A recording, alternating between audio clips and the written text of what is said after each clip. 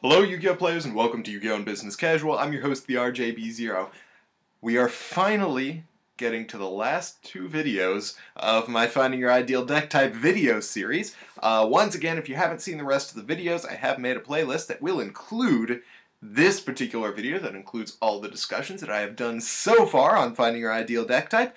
And anyway, today I want to talk about the other half of the spectrum of playstyle, from what we talked about last time, which is toolboxing, to today we have utility. So I use utility a little bit differently from how the common expression is used. A lot of the time people use utility in tandem with toolbox. So a utility deck is also tends to also toolbox things for a lot of people, and a lot of people also use it as a as something synonymous with control.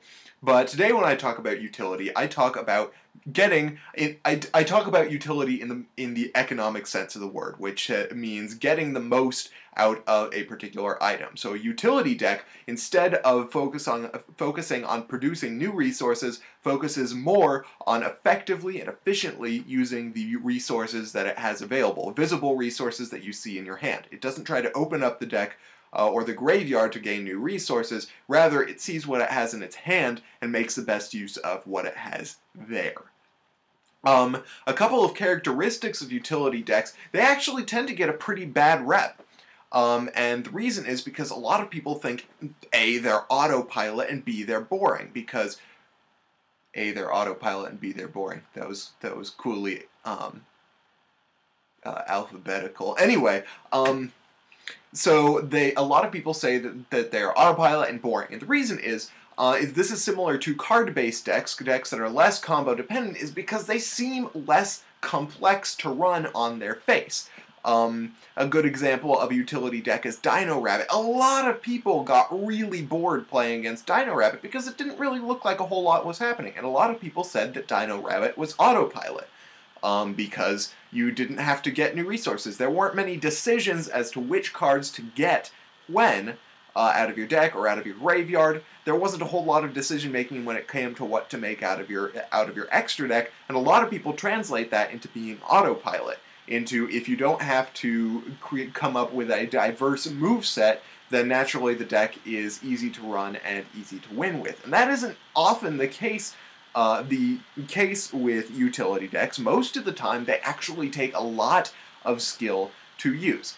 I think possibly Lightsworns have been a notable exception to that rule. Lightsworns are very much a utility deck. They don't try to open their deck up for resources. They sometimes open their graveyard with things like Lumina, but for the most part they make use of the cards that they see available in their hand. And that's one of the more autopilot decks that's ever been used, and yes, that is a utility deck. But take Dino Rabbit, take Evilswarms, Constellars. These decks, while they tend to be considered degenerate since they focus around stopping the game from being played, with the exception of possibly Dino Rabbit, which people can argue about, but in my opinion, Dino Rabbit does take more player interaction than people like to think.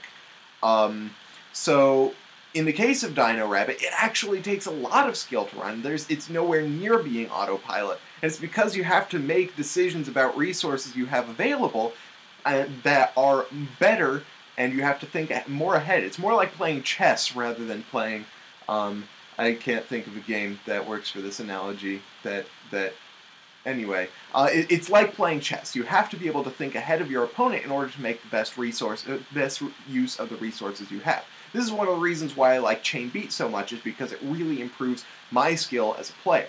So utility decks, Chain Beat being utility decks actually take a lot more skill than people realize. So if you are a utility player, you don't like to have to be creative with your plays. You don't like to have to look at a whole bunch of options for things you can grab out of your deck, and a whole bunch of options for things you can make with those cards. You think that becomes noise in your game. You don't want to have to think about that. What you want to use your skill toward, if you're a utility player, is you tend to want to focus your skill on making decisions as to when to use a particular resource and how to use the resource you have available to you already, rather than trying to come up with extraneous movements that are not necessarily necessary or that they don't seem quite as necessary. They seem a little more flowery and excessively elegant for your taste. And that is definitely the case for a lot of Dino Rabbit players. I know that people who played Macro Rabbit in last year's format, actually about a year ago, liked Macro Rabbit because the complexity of the deck comes from how you use resources when. It comes from your skill as a player in outsmarting your opponent rather than your skill as a player of creativity. So, let's see, what are some other... I can't really think of a lot of other utility decks off the top of my mind. I know there are more. I might list them in the comment section below. Anyway, one of the reasons why utility decks are often considered degenerate is partially because you don't see a lot of them. A lot of the time, competitive decks are very toolboxy, and the reason is because we play a game of resources. Yu-Gi-Oh! Is all about getting more cards and having more resources available to you than your opponent so you can make better plays than your opponent. And in a utility deck, you don't produce new resources, so it's really hard to hold that advantage over your opponent. Which is why the majority of the decks that you see in the game, in the competitive game, are more combo-based and are also more toolboxy. It's because it's easier for a deck to be competitive when it can produce tons of new resources, rather than requiring a player to use the resources that they have available that they see in their hand in order to win.